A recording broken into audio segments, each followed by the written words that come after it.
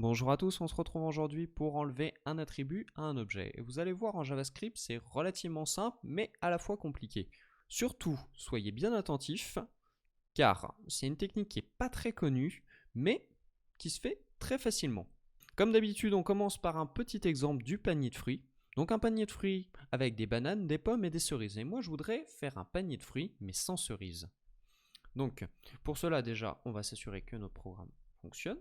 Donc, on va faire node.object.js. Donc, on a bien notre panier de fruits et on va retirer les cerises. Alors, déjà, pour faire ceci, ce qu'on va faire, c'est qu'on va commencer par créer une fonction. Donc, si vous ne savez pas faire une fonction, je vous conseille d'aller voir mes vidéos sur le sujet. Et on va faire retirer les cerises. Pour le moment, on va juste passer un panier de fruits. Là. Et on va afficher notre panier de fruits. Donc, ce qu'on va faire, c'est qu'on va appeler la fonction et on va passer panier de fruits. On vérifie que le programme fonctionne toujours. Donc, pour l'instant, ça nous rassure, on ne s'est pas trompé.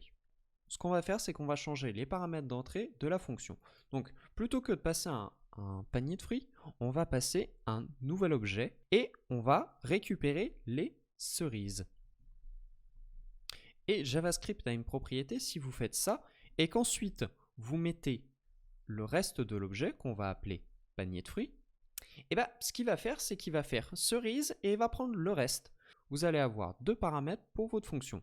Donc ce qui fait qu'on va pouvoir faire console.log de cerise et on va récupérer notre panier de fruits. Et vous allez voir le panier de fruits qui est ici, et bah, il ne va plus avoir les cerises car on l'aura au-dessus. Donc là, on doit obtenir 1 et en dessous, on va obtenir notre panier de fruits mais sans les cerises.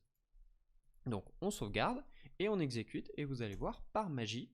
Donc on a bien le 1 et on a bien les bananes et les pommes. Donc notre panier de fruits, il est ici et il n'y a plus de cerises. Donc une fois qu'on a fait ça, bah, c'est très simple, il n'y a plus qu'à retourner la valeur du panier de fruits, qui est le reste du panier de fruits qu'on a envoyé au départ. Et une fois qu'on a fait ça, il n'y a plus qu'à faire un console.log du retour de la fonction, ou on pourrait par exemple le mettre dans une nouvelle constante. Mais on va aller au plus simple, donc vous pouvez voir qu'on a créé une fonction qui retire un attribut d'un objet. C'est relativement simple. Alors, c'est une technique qui est quand même un petit peu compliquée à comprendre parce qu'il faut maîtriser les trois petits points qui sont un itérateur et il faut bien comprendre que ceci est le reste de l'objet. Donc, mais une fois qu'on a compris ça, c'est pas très compliqué. Donc sur ce, on se retrouve pour une nouvelle vidéo sur JavaScript demain. Allez, à plus!